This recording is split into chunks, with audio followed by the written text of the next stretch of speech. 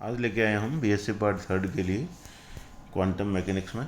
Starting में हम पढ़ रहे हैं बुक का क्वांटम भौतिकी का विकास। इस टॉपिक पर हम अध्ययन करेंगे एवोल्यूशन ऑफ क्वांटम फिजिक्स। इसका इंट्रोडक्टरी पार्ट है ये, और किताब में हम देखेंगे इसके बारे में जो लिखा हुआ है और भौतिक दुनिया का क्वांटम जो फिजिक्स है उसका क्या महत्व है भौतिक दुनिया में, वो हम पढ़ेंगे। तो भौतिक दुनिया का जो क्वांटम फिजिक्स है वो इस पुस्तक में, यानी जो बीएससी पार्ट थर्ड का जो फर्स्ट पेपर है उसमें हम अध्ययन करेंगे। वो काफ़ी अजीब, आकर्षक एवं रोमांचकारी होगा। इसमें कई बार प्रकृति हमें ऐसे रूप में नजर आएगी जिसका हमारे दैनिक जीवन यानी स्थूल तंत्र जो होता है मैक्रोस्कोपिक वर्ल्ड में प्राप्त ज्ञान से विरोधाभास होगा। वास्तव में भौतिक वस्तुओं का आकार बहुत छोटा यानी 10⁻⁻8 सेंटीमीटर एंगस्ट्रॉम होने का इसका व्यवहार बहुत ज़्यादा अलग होने लगता है। एक परमाणु पर न्यूटन के गति नियम यथार्थ रूप में लागू नहीं हो सकते। हम जानते हैं वस्तु है, पदार्थ है, बहुत सारे अणु परमाणु से मिलकर बना होता है और अणु परमाणु से मिलकर बनते हैं, और परमाणु में फिर हम देखते हैं इलेक्ट्रॉन, न्यूट्रॉन, प्रोटॉन होते हैं, वो माइक्रो सिस्टम कहलाते हैं, और ये अणुओं से मिलकर जो निकाय है वो स्थूल निकाय कहलाता है। तो 19वीं शताब्दी के अंत में यानी 1899 और 1900 तक की ज्ञात भौतिकी के समस्त नियमों को चिरसम्मत भौतिकी के यानी क्लासिकल फिजिक्स के अंतर्गत रखा जाता है।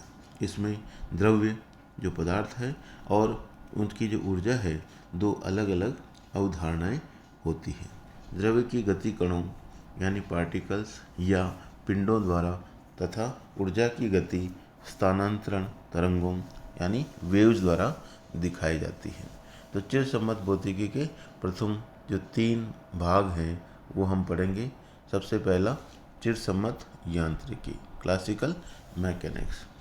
कण, पिंड या निकाय की गति के पथों का अध्ययन चिरसम्मत यांत्रिकी के अंतर्गत ही किया जाता है, और इसका विस्तृत अध्ययन हमने प्रथम वर्ष के यांत्रिकी के पाठ्यक्रम में किया था।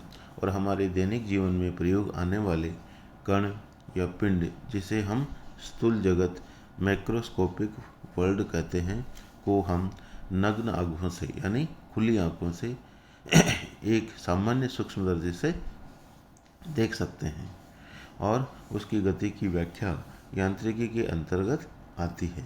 इसके मुख्य नियम न्यूटन के गति नियम तथा हैमिल्टोनियन और लैग्रेंजियन 2 वैज्ञानिक थे, उन्होंने इनका निरूपण किया था। तो ये क्लासिकल मैकेनिक्स कहलाई थी। उसके बाद सेकंड जो उष्मागतिकी एवं सांख्यिकी यांत्रिकी, थर्मोडायनेमिक एंड स्टैटिस्टिकल मैकेनिक्स है, उसमें उष्मागतिकी जैसा नाम से ही स्पष्ट है कि इस भौतिकी की शाखा में हम उष्मा के गति संबंधी अध्ययन करते हैं, और इसका क्षेत्र ऊर्जा का कार्य एवं उष्मा में रूपांतरण तथा दाब एवं आयतन के मध्य संबंधों का अध्ययन करना है।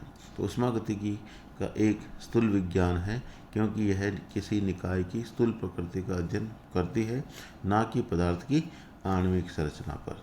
तो सांख्यिकी यांत्रिकी में बहुत सारे कणों से मिलकर बने किसी निकाय के औसत उष्मागतिक चरों का अध्ययन किया जाता है, और इनके मुख्य नियम उष्मागतिकी के नियम व मैक्सवेल वोल्टेजमान सांख्यिकी हैं।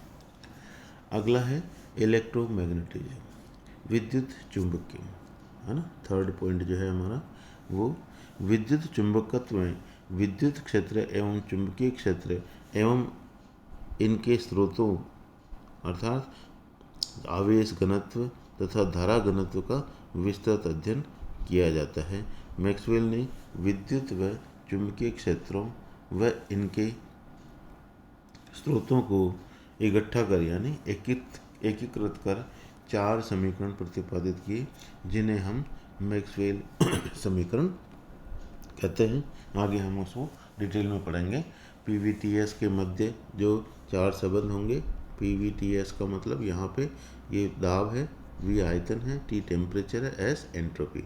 इनमें जो संबंध व्यक्त करने वाले समीकरण होंगे वो मैक्सवेल समीकरण कहलाएंगे। तो मैक्सवेल समीकरण विद्युत चुंबकीय के आधारभूत नियमों का गणितीय निरूपण है। तो ये क्वांटम भौतिकी का जो विकास है, एवोल्यूशन है, खोज है, स्टार्टिंग का, उसका हमने आज अध्ययन किया।